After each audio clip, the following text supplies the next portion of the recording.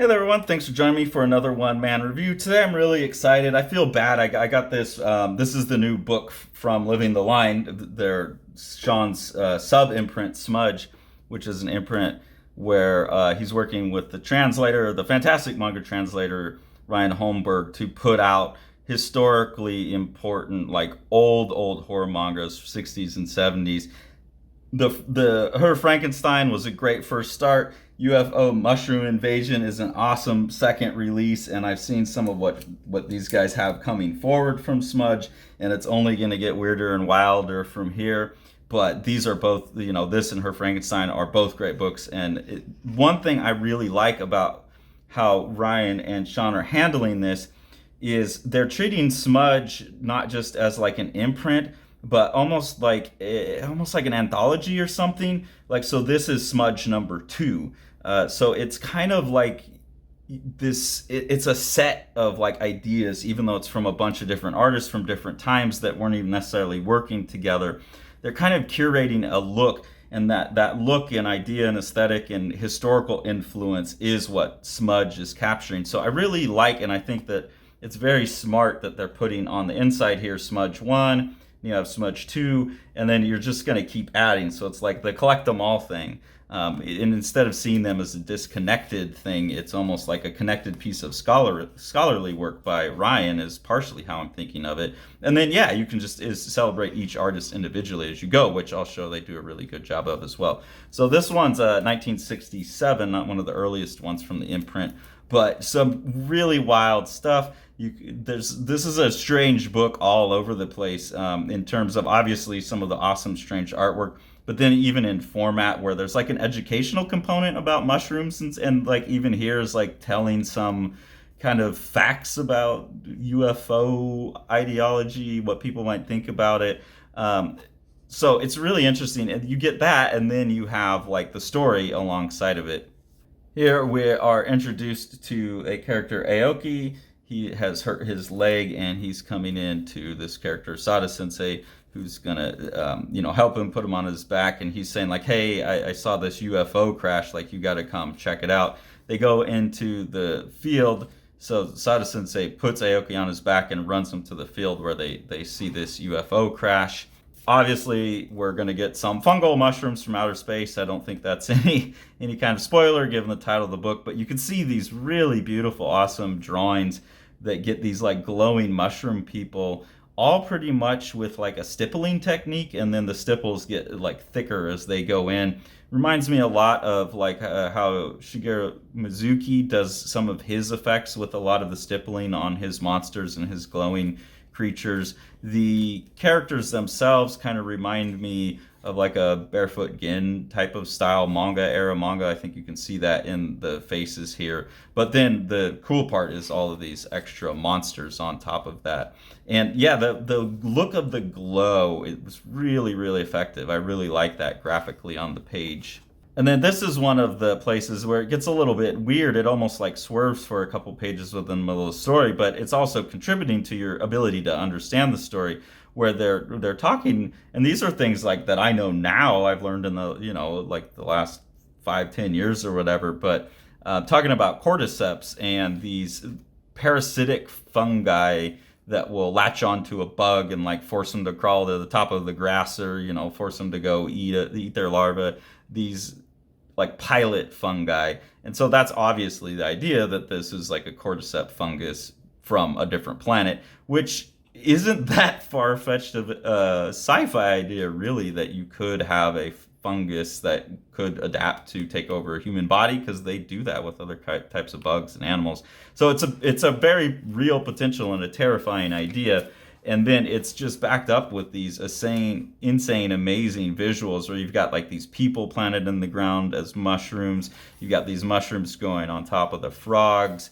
It's just such a cool looking book. Now that I have a yard filled with mushrooms and what I believe is like a real central hub of fungal, because we have like a circle that there's no grass growing there either, the yard changes. I'm pretty sure we have a dense fungal network under this one spot. And then, yeah, the fruit or the sex organs are what we're seeing popping up. So I like that they're acknowledging that too, like how much of the important part of the mushroom is what's going on underground in the fungal networks. And then a third component of the book, again, at first it feels a little weird because you've got like the story, these instructional things, and then you have these as well. But these are really cool because they are, I'm assuming, real stories, local stories, myths and legends about mushrooms from different places in Japan. And they're telling, yeah, it's telling what book it comes from Sasaki Kaizen's Granny Hansai Tanny and the Old Woman's Night Tales. And so they'll tell this little historical bit about the mythological importance of mushrooms in the culture and how those are related to the yokai and the monsters and things like that. So at first it's a bit jarring to move between these three, but as you go, you get a really full, kind of really cool educational, informative picture of mushrooms couched in this story. And it, like, what a cool way to teach kids stuff about these things, like get them engaged with the scary sci-fi story. You show them some of the real world things that could be scary about mushrooms, you know, cordyceps, that's a real thing. But also teach them some of the myth and the culture. I just think it's a really smart package. And you throw on top of the smart package a bunch of great visuals like this, and you really got a cool ass book. And I feel comfortable singing the praises of this because even though this channel is called Living the Line, show what Sean and Ryan are doing. Like, I don't have like Sean will send me these to like read for, you know, I'll give my opinion on his cover design, or you know, I'll read for typos and things like that. But I'm not part of all that decision making. I'm not really part of the decision making in the publishing at all. So when I get books like this, I feel like I can, you know, like, this is great stuff. It's really smart. It's really well done.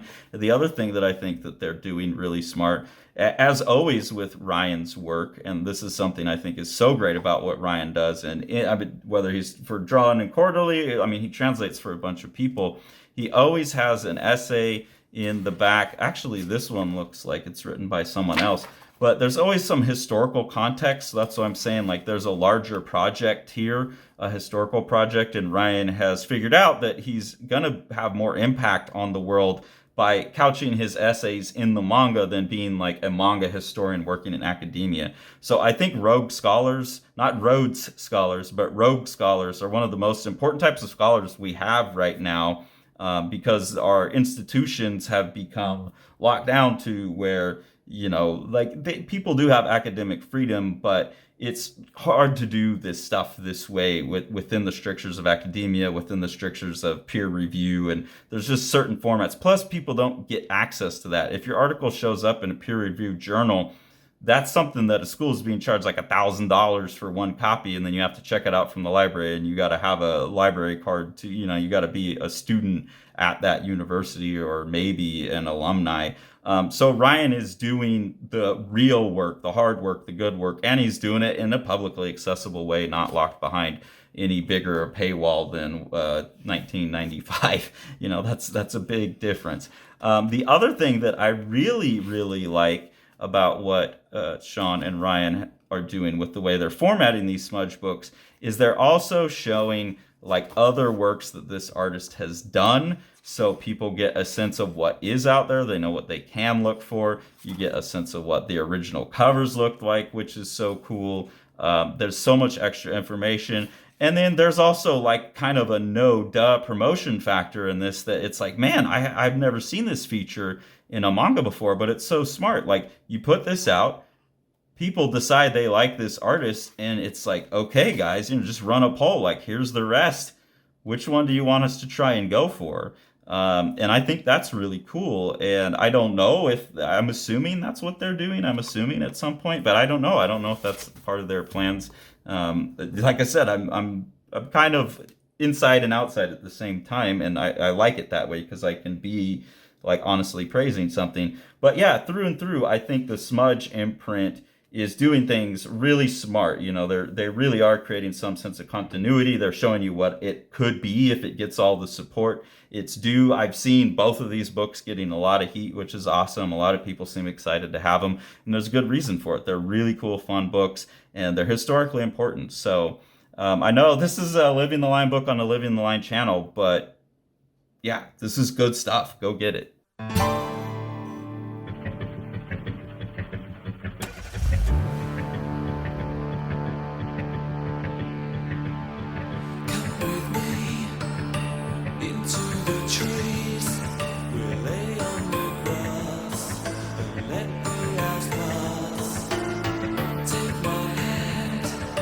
Back to the land, let's get away, just